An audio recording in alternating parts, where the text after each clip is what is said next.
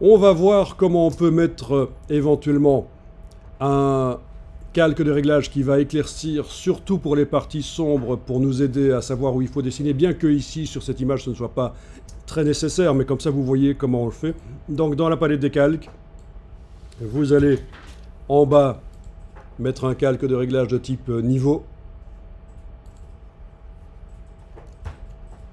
Il va y avoir dans le réglage deux choses à modifier, principalement. L'intensité des tons moyens, vous allez pouvoir éclaircir.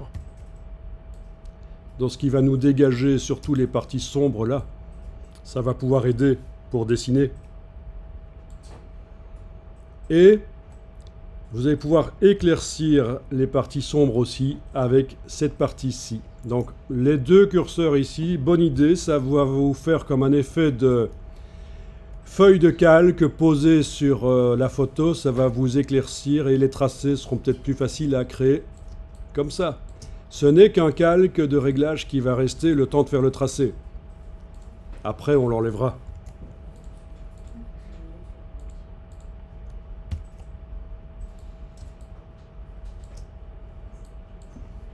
Donc je vous remontre en double-cliquant sur cette partie-ci, je peux évidemment aller remodifier le réglage. J'ai juste modifié l'intensité des tons moyens. Je les ai fait plus clairs. Et j'ai redéfini l'intensité des parties les plus sombres et ça vous donne cet effet de papier calque posé sur la photo. Et pour faire les tracés par-dessus, ce sera plus sympa. Et bien sûr, ce n'est que temporaire, ce n'est pas un calque de correction couleur, c'est juste pour éclaircir temporairement.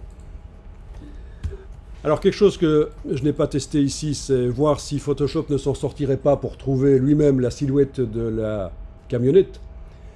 J'ai des doutes qu'il y arrive. Je vais le faire en ayant le calque de réglage qui n'est pas affiché quand même, ce sera plus facile pour lui. Sélection, sujet, il faut que j'active le calque. D'arrière-plan. Sélection, sujet, voilà. Sélection, sujet. Il a quand même bien trouvé, quoique il y a des erreurs. Ah oui, les pneus, c'est pas génial. Je sais pas si chez vous, si vous avez testé, si ça fait la même chose. Le pneu qui est devant là, il n'a pas trouvé bien. Le pare-brise ici, il a complètement foiré. Par contre, il a bien trouvé le dessus, ça m'étonne. Alors qu'il est blanc, je m'attendais à ce qu'il considère que ça ne faisait pas partie du van.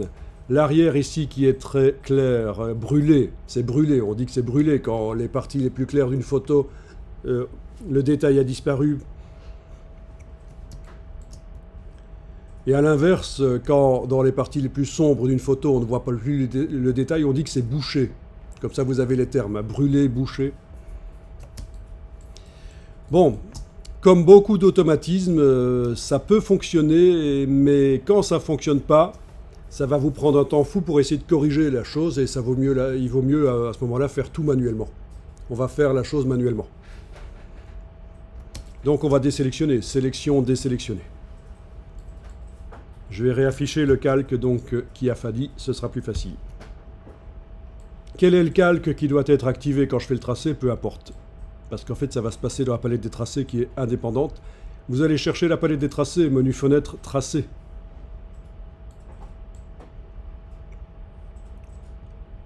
Dans la palette des tracés, vous allez cliquer sur l'icône à gauche de la corbeille pour faire une vignette qui va accueillir le tracé que vous allez faire.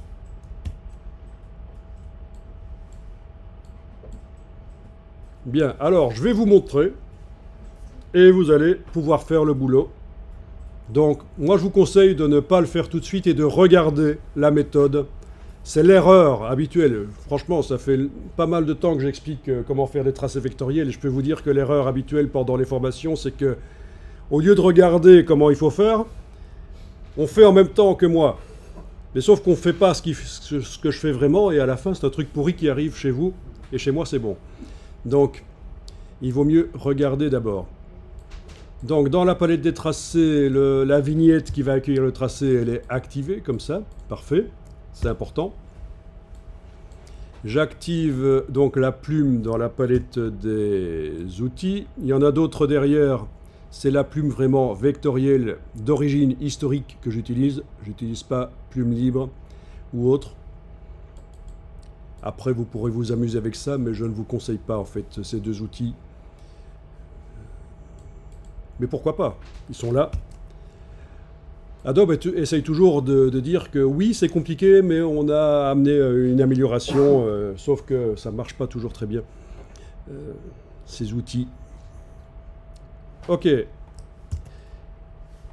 Touche verrouillage majuscule enclenché, comme ça j'ai le pointeur précis. Alors, par où je vais commencer? Barre d'espacement, là je suis en train de bouger les choses. Ça n'a pas trop d'importance par où je commence. Je vais éventuellement commencer par ici. Donc regardez bien. Et alors constatez aussi que faire... c'est important le calque de réglage qu'on a mis parce que ça nous permet de bien voir le pneu. Un pneu, c'est pas évident du tout de faire un détourage d'une voiture avec les pneus et que ça ait l'air réaliste parce que on ne pense pas toujours que le bas du pneu, là, il est écrasé parce que c'est sur le sol, il y a le poids de la voiture, c'est pas vraiment rond. Et là, on voit clairement que c'est écrasé en bas. Ok, donc, alors comment je vais faire ça pour que vous voyez bien avec mon petit système de zoom ici, qui n'est pas bien sûr nécessaire pendant qu'on travaille, c'est juste pour la démonstration que je zoome. Je clique. Je vais plus loin. Alors, il faut arriver à trouver où mettre le point. Et je me dis que pour cette courbe, 2 points, ce sera suffisant. J'enfonce la souris, je garde enfoncée, je bouge. J'ai une petite tangente. J'enfonce la touche contrôle du PC ou commande sur le Mac. C'est le raccourci de la flèche. Et je vais bouger la première moitié de tangente et l'ajuster pour que ça épouse la forme du pneu. La deuxième moitié de tangente qui est là, elle va m'assurer que le tracé suivant sera parfaitement dans le prolongement, mais elle va avoir très peu d'influence sur le tracé suivant, sur le segment suivant. C'est ça l'idée. Voilà. J'enfonce, petite tangente, touche contrôle, j'ajuste. Là, il y a un changement de direction. Avec la touche Alt, je casse la deuxième moitié de tangente et je la dirige dans le sens où ça va aller. Je clique. Petite tangente, touche contrôle, j'ajuste. Petite tangente, ok, il n'y a pas besoin de supprimer quoi que ce soit. Je continue, oui, il y a des choses dont on peut se passer, on peut laisser tomber. Si c'est une illustration qui n'est pas technique, si c'est du graphisme, on n'est pas obligé d'être très très fidèle parfaitement à tout le détail. Les anneaux de remorquage, là, franchement, on peut laisser tomber. Voilà. Touche Alt, etc. Donc déjà, on va essayer de faire ça. Je vous le remontre et vous allez essayer de faire ça. Donc là, j'enfonce la touche suppression une fois, deux fois. La totalité de mon tracé a été supprimée. Je vous remontre et vous essayez de faire cette méthode. Clic, sans enfoncer la souris. Je vais plus loin. Clic et glisser, petite tangente. Touche contrôle du PC aux commandes du Mac, j'ajuste. On peut aussi ajuster le point, bien sûr. Hein. C'est toujours possible d'aller bouger le point. Mais c'est surtout la première moitié de tangente qu'on ajuste. Ensuite, sans enfoncer quoi que ce soit sur la souris, à nouveau, cliquer, glisser, plus loin. Voilà. Ajuster. Et là, exceptionnellement, touche Alt, je dois rediriger dans le sens où ça doit aller. Voilà. Bon, déjà, essayez de faire ça.